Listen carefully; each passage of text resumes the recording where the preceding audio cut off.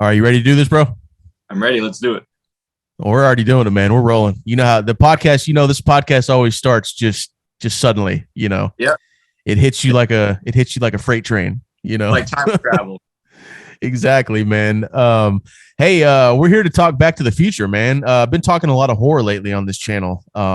Obviously the channel's really horror based with Scream Legacy and all the other horror movies we talk, but it's nice to talk about something new for a change. Back to the Future, which I think is one of the greatest trilogies of all time, and I will defend that and die on that hill. So, of course, I got Gabe back to talk about it with me because I don't know if you guys know this, but he's a massive Back to the Future fan, just like me. He's probably a bigger fan than I am.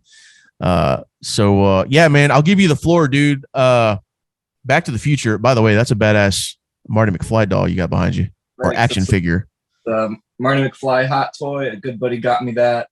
That's my autographed poster. It took me several years. This poster's seen a lot of miles, a lot of cities to get it signed by the cast. But Bro, yeah, man. That is commitment, man. You got all of their signatures. I've seen that poster in person, and it is glorious. That's something, man. I'm happy that you got that, dude. That must feel so fucking cool. Me too, man. Who's all on there? I put that up just last night just for this. I got Michael J. Fox, got Bob Gale, Claudia Wells, Tom Wilson, James Tolkien, Leah Thompson, Christopher Lloyd. He always likes to sign in the fire. Yeah, that's badass, dude. Where did you meet Bob Gale? Where'd you get his autograph? In Philadelphia at one of Michael J. Fox's first ever cons. Oh shit! Yeah, seems kind of rare for him to go to cons. So that's cool that you get that, man. He must have a rare autograph. Yeah, he hasn't done a lot of them since. Crispin Glover is pretty rare too. I had to meet him at a screening of one of his movies. That one wasn't at a convention. Yeah, was he like apprehensive about it, or is he is he cool with it now? Not cool about it as long as it's not a Back to the Future Part 2 poster with him hanging upside down and shit. Yeah. Oh shit, that's funny, man. So, yeah, dude, tell me about your Back to the Future history. How'd you get into it, man? When's the first time you watched it, if you can remember? The start of my experience with Back to the Future also correlates directly with the start of my experience with the MCU. Oh, wow. The night that me and my parents went and saw Iron Man, when that came out, I was 8 years old. My dad also showed me Back to the Future that night. So then my life changed because then I watched the sequels and it quickly became my favorite movie of all time. And it still is to this day. And that's cool. I wish I could have seen it at 8 years old. I didn't watch Back to the Future until probably my teens. So I definitely missed out on some childhood fun with that movie. But yeah, I remember the first time I watched it. It was one of those cases where I had never seen it. So I was like, you know what? Let me finally sit down and watch this trilogy. I remember buying the Blu-ray of it, which I still have, actually, that 3-disc set that I think everybody has, the 25th anniversary one, which has a lot of really cool special features on it.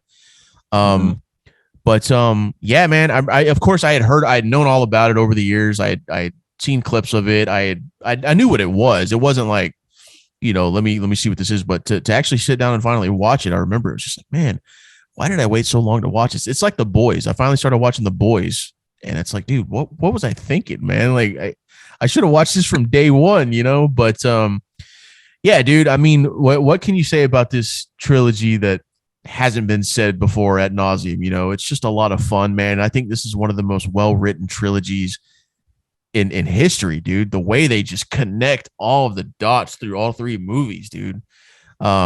It's remarkable, man. And I think this is one of those franchises where I know as long as I think it's Spielberg and Gale, as long as they're alive, or Zemeckis, there'll never be a remake. And I don't think, do not ever remake Back to the Future. Any future filmmakers out there, don't ever touch this. Leave it alone. It's a perfect trilogy. We don't need a part 4 30 years later with Marty's kids. Just leave it alone.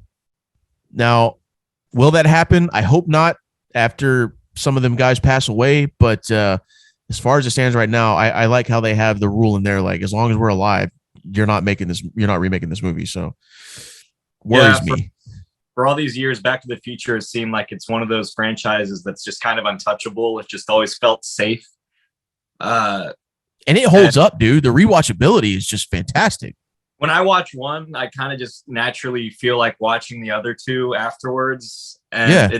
it's my favorite trilogy of all time. It's perfect. The world building that they do is phenomenal, even though it's just a small town. It's not like Middle Earth, but they still craft that world so well. And they craft the rules, and it's a perfect screenplay, especially the first one. And what I love about Robert Zemeckis, and the reason he's one of my favorite directors of all time, is Robert Zemeckis makes movies about the passage of time.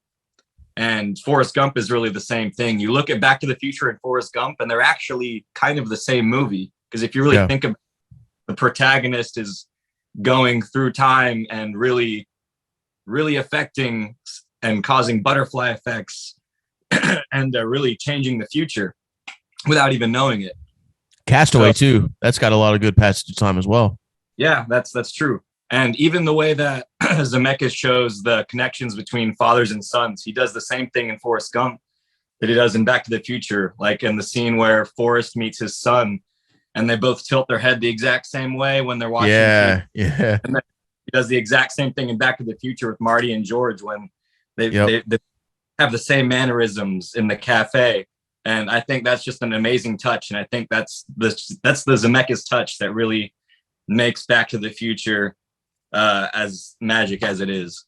Yeah, and watching those behind the scenes features on the Blu-ray that I have, just to see the amount, like the intricate details that Zemeckis put into this movie, that's what I was saying a while ago. Like they do such a good job of tying everything up, and they have great foreshadowing. Like in part one in '85, there's a car that drives by, elect Goldie Wilson, and then in part two. Or no, it's part one where he goes back and Goldie Wilson's young and he's talking about just all the little like foreshadowing and, connecting the dots, man. They're so clever at it. And, yeah, man, I think the acting in this movie in Trilogy is just phenomenal, dude. Even if it is a lot of lesser known actors at the time, I think everybody really owned their roles and just made it so believable, and, yeah, I think, man, this makes me really want to watch them again. I started watching part one again the other night. I got about halfway through and started falling asleep because I was tired, not that I was bored. But yeah, it makes me want to watch the rest of it now, and fun little fact, dude. I remember you called me when I was watching that. And it wasn't until that night that at the beginning when Biff is yelling at George, he's about crashing the car. And he's like, what about my suit? Who's going to fix my suit? I spilled beer all over it. I never caught it that Biff was drinking while he was driving. And because he said it so fucking nonchalantly. It's like, holy shit, he was fucking drinking. Like, he's so good at that, man. Yeah. Yeah. That's part of the genius of Tom Wilson too, I think. It's great. There's so many jokes in there that you don't even catch. So many jokes in there that you don't even catch upon first view. You rewatch it. You just notice all of these things because there's so many layers to all of these movies. And they've obviously got a killer soundtrack. You got Huey Lewis and the News. You got Van Halen. You got all sorts of stuff. You got the Penguins, Chuck Berry. Seems an obvious classic. Yeah, man, hands down. I like let me ask you this. Would part one be your favorite? Yeah. Yeah. It's like, how would you rank this franchise, man? Obviously 3 is probably at everyone's bottom, even though 3 is pretty good in its own way. I love 2, man. I love 1, but I love 2 because 2 feels like it's all over the place. Like they start in the present, then they go into the future, then they go back to the present, then they go to the past, and then back to it's just all over the place, but it's done in a really good way. Like you don't get like dizzy or anything. It's like it's handled so well. It's how they go all over the place. It's done in a way like a Universal Studios ride. That's what Back to the Future Part 2 feels like. You get off and you're like, that was stressful, but holy cow, that was an experience. Yeah, and I love how when they go back to 1955, you get to see like different perspectives and different angles from the original movie when they were there the first time, and it's just so cool how they went back and recreated the sets and got everything meticulously down how it was in the original, but to show us a new side of it. It was just these guys, man, just fucking props to cleverly doing that. That takes a lot of work, man. Yeah. Sequel, I don't think had ever done that before. And you were talking about the casting earlier. Michael J. Fox is my favorite actor of all time, hands down, zero question.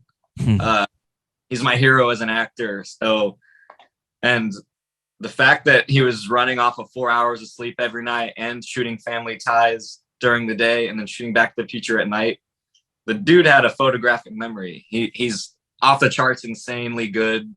He's got the energy, the charisma. He's hilarious. Yeah.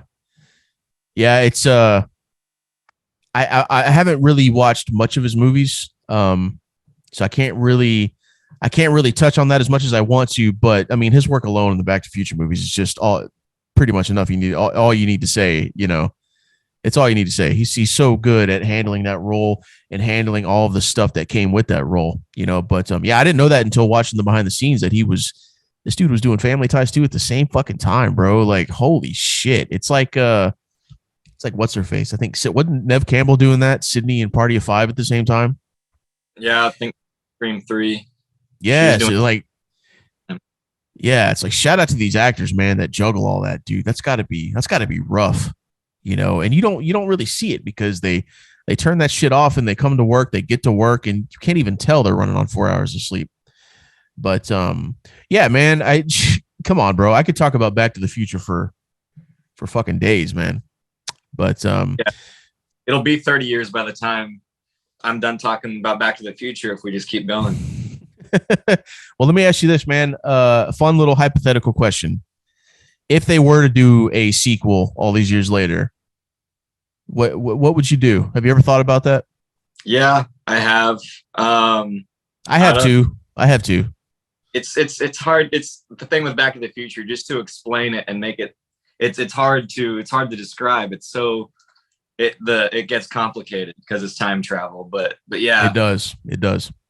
But yeah, it's I think I'm scared to say anything about a Back to the Future sequel existence if it shouldn't happen, or vice versa. So yeah, but yeah, I have thought about it for sure, just for fun. Yeah, and like I was saying a while ago, I don't think they should ever do another one or a remake. Definitely not a remake by any means. But I would hate to see them do like a sequel, 40 years later, and they bring all the new age shit into it, and it wouldn't have the same effect, man. I think these movies, they're so 80s and such a product of their time, but they still hold up to this day. Like, I don't think anything feels dated when I watch this. So I don't know, man, to do this in modern times, I don't think it would really jive well with what we already have. It'd be kind of weird and out of place. It'd be like the redheaded stepchild, but yeah, man. I have thought about it. If there ever were a part 4, obviously probably centered on Marty's kids, have to go back in time to fix something or something like that. But yeah, man, like I said, I don't think you should ever touch it, even though I think they left that shit pretty open-ended with part 3, and not really open-ended, but it's like, okay, well, Doc said he would never make another time machine, but yet here he is with a big ass fucking train time machine. Kind of contradicted himself, but I took it as, okay, cool. Him and his family can go explore the universe, together. There's the whole comic book series. There's the whole animated series. There's the whole video game, and it contradicts everything. But really, see, I've never seen any of those that you just listed. But no one cares because you have to contradict everything if you want to have a show or whatever. Yeah. It's just well, fun. How does it contradict the movies? It's just like fun bonus adventures with Doc and Marty, but there's stuff with Jules that would probably contradict. But especially the video game. I don't know about contradict, but yeah, point is the bonus Back to the Future media goes all over the place, and I really appreciate it. Yeah. You know what I appreciate is the story behind the title. You know that story, right? Yeah. Like the executive originally wanted to call it Spaceman from Pluto. And fun fact for all you people that don't know, I'm sure a lot of people know this, but Spielberg sent him a letter. They were so like against it. Spielberg tried to be nice about it, like, oh, haha, funny joke, man. That's a funny joke. And I guess he he took it as they thought he was fucking around and didn't take him seriously. So he was like, all right, go ahead and call it Back to the Future. Like, could you imagine this being the Spaceman from Pluto trilogy? I mean, come on, bro. No Yeah. way. It's like Back to the Future is such an iconic name, man. Yeah, I have a feature that I've been writing that started out as a short film called Past and Present, and it's very Back to the Future influenced. And I do make a nod to that title at some point, Spaceman from Pluto. Yeah. Yeah, it's a cool title, man, for like a comic book or something like that. But as a movie trilogy, you know, I can't imagine it having the same effect as Back to the Future. Oh yeah, Back to the Future is just such a badass title. Yeah. Let's talk about some of your favorite moments from the trilogy. Just off the top of your head. No particular order. The part in the original when I love the Earth Angel scene when Oh yeah. when he finally brings his parents together. By the way, this is Marty McFly's Casio. There you go. There we go. This is Marty McFly's Casio CA53W calculator watch. I wore this all throughout high school, and people were like, "Is that a all the teachers, none of the kids, all the kids were like, "What the hell is on your wrist?" And then all the teachers were like, "Whoa, is that a calculator watch? I used to have one of those." Yeah, exact same one. And that's cool. Yeah. That's cool, man. Dude, you got so much badass. You got really cool memorabilia. Michael J. Fox wore not this exact same watch, but this watch in Family Ties and Back to the Future. And I'm pretty sure it's the exact same watch because he just left it on because he was going back and forth. Oh, that's funny. That probably was the case, dude. Yeah, but that's definitely one of my favorite moments. Obviously Johnny B. Good scene. That's probably my favorite scene in film history. So, yeah. But yeah, I love the Eddie Van Halen scene where he wakes George up with the loud rock. That's another one of my favorite scenes. The Darth Vader Vulcan scene. Yeah. I love the whole Spaceman from Pluto scene where the kid's looking at the comic book. But yeah. I love all of it, man. It's the best. Yeah, man. I could talk for days about this. I love part 2 when they go back to 85 and it's like the alternate 85. I mean, it's like just Biff is taking over the fucking world, man. And it's just so like, you could tell, bro, Tom Wilson had the time of his life just playing this asshole. You know, it's so fucking funny. And I love the hotel that he goes to. And he's such a dick, man. He's in a hot tub with like 2 hot ass chicks watching Clint Eastwood and fucking got Lorraine a boob job. It's just insane shit, bro. But it all works, man. It all works. But yeah, alternate 85. That's probably one of my favorite sequences. And I love in part 3 when Marty gets to 1885 and just, you know, discovering the world and you going into the bars. Because I'm a big old Western fan. I love Western movies. I love old Westerns. So I think that's why I like part 3 a lot more than other people do, just because it has the old West feel to it. Yeah, I love it. I'm biased. You know, I'm biased in that regard. But I get how people say it's the weaker one of the trilogy, but there's still a lot I love about part 3, man. I love part 3, you know. I love part 3. It's a lot more similar to the original in the sense that it's a fuller movie. And I love part 3 because I love Clint Eastwood Westerns. And it's just such a fun movie. That's what's cool about this trilogy. It takes you to so many places. This movie is this trilogy is pure escapism. Yeah, I love the fact that he named himself Clint Eastwood. I if they were to do something with Back to the Future again, like Universal wanted to do something, I think it should feel Spielbergian. I feel like it should have that Steven Spielberg essence, the sensibilities, because we've already seen 3 Zemeckis Back to the Future movies, so I feel like they would want to do something different, but not too different. Yeah. So they'd probably go closer to the Stranger Things route, which I don't think they should do because we've gotten so much of that because of lately. But if they could find a way to make that new and original and interesting, so I think that could be the way to do it if they were going to continue this franchise in some way. Yeah, I think that Spielberg has a certain charm to him, man, and you haven't really felt that charm in movies like you used to. Like the big. It's hard to explain, man. It's like the essence of Spielberg, like Jaws and Jurassic Park and E.T. and like these big tentpole blockbuster movies. You don't really get those anymore. If It's a that makes sense. it's a distinct style. When you see a Spielberg movie, you can look at it and be like, okay, Spielberg movie. You can just feel it. You can tell. Yeah, yeah, And if they did that with Back to the Future, that would be really cool. Get a director who wants to make a Spielbergian Back to the Future movie. And I think the way you do that is you have the focus beyond kids, because you look at ET, the yeah, reason that are so whimsical and full of wonder is because it's kids looking up at this big world around them, and these extraordinary things happening. Spielberg movies are about extraordinary things happening to ordinary people. So yeah. I think Vern as the lead characters of a Back to the Future would be perfect. But that's just my 2 cents. No, I think that'd be great. I think that'd be a good direction because everybody would expect it to be Marty's kids, but Doc's kids would be more entertaining because they've been around their dad who's been traveling all over the multiverse or whatever. So yeah, I'd be very hip to that. I think we saw Spielberg's charm, really what you just said. I really liked Ready Player One because it kind of had that same approach, like kid who lives in a trailer park and all this shit happens to him. I'm a big fan of Ready Player One, actually. I love Ready Player One. I hate that it gets crapped on so much, but honestly, dude, Ready Player One, this is a hot take, probably an unpopular opinion. Ready Player One's my favorite Spielberg movie ever. I've watched it so many times. Yeah. I mean, I wouldn't say it's a hot take. I mean, I'd put a few movies above that, but I definitely think Ready Player One, I really enjoyed that.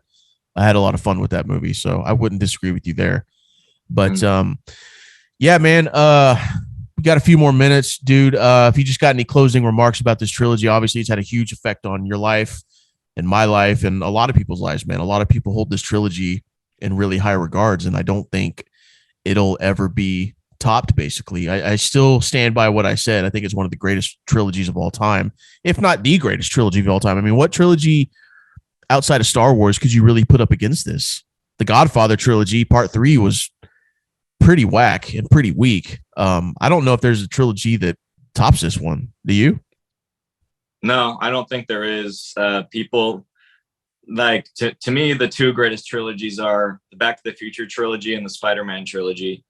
So Spider-Man trilogy. So hey, I love you, I love you, brother. But there's a lot of people that would not agree with you on that. Yeah, I know. And, but hey, it's all user preference, man. If you love the trilogy, you love the shit out of it, bro. I give you props for that, man. I really do. Yeah, people throw the Lord of the Rings trilogy into the mix a lot. That's probably one of the only others that you could. That in itself is a really good trilogy as well. But I still think Back to the Future, it just has more charm to it, more fun. It's more. A lot of people are going to watch that more than Lord of the Rings. Lord of the Rings isn't for everybody. Like, not everyone's going to sit down and watch Lord of the Rings. It's just a certain genre. Back to the Future, anybody could sit down and watch that. Yeah.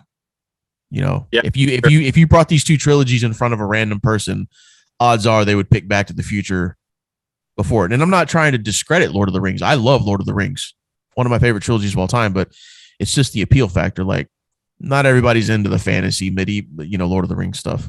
So yeah, like I think if someone doesn't like Back to the Future, like, with all due respect to people's opinions, but like if someone doesn't like Back to the Future, then I just don't understand quite how you even like movies. Like, if you don't like Back to the Future, how do you even like movies? Have you ever heard any negative reviews on Back to the Future? I don't think I have off the top of my head. People criticize the ending sometimes, which I have a defense for, but we don't have time to go into all that. But we'll save that for something else. But yeah, other than that, no, not really. Yeah, me neither, dude. Me neither. Yeah, I think you'd have to fish pretty deep for negative reviews on that, and that's just a testament to how good this trilogy is. Definitely. So I hope they, if they ever re-release this in theaters for like a limited time, we definitely need to go see it. I've seen the first two in theaters. I haven't seen part three in theaters, but Alan Silvestri's score in a theater is Oh awesome. yeah. Oh yeah. Good Yeah. stuff, man. By the way, didn't you do a little short film Back to the Future that we could link in the description or no? Uh, Or if you don't want to show it, I can cut this out. You don't have to. I don't have to bring it up. no, we can put it up there. It's just like some fun individual scenes that I shot when I was like 16 with some friends, and we had fun. But yeah, we can put those. Yeah, Hey, yeah. fuck it, dude. You were having fun, man. There's no shame in that, bro. No shame at all. Like when I was acting in high school, Michael J. Fox was my inspiration. So I was like just doing a bunch of Michael J. Fox scenes, and yeah, so it is. That's cool, man. Well, we'll share that. Have fun watching those. But Yeah. yeah, let's wrap this up, man. Let's get out of here. It's been a lot of fun talking about Back to the Future. I'm sure we could talk about this for 3 hours. But yeah, that's pretty much it, guys. So let us know in the comments what you think of Back to the Future. Are you a big fan? Have you never seen it before? If you haven't, you definitely should. And yeah, let us know what you think. But hey, bro, thanks for joining me, man. It's been a lot of fun talking to you about it. Of course, man. Can't wait to talk about more movies and more everything on here. Oh, we definitely will, man. We definitely will. So until then, like the channel, subscribe, and see you next time.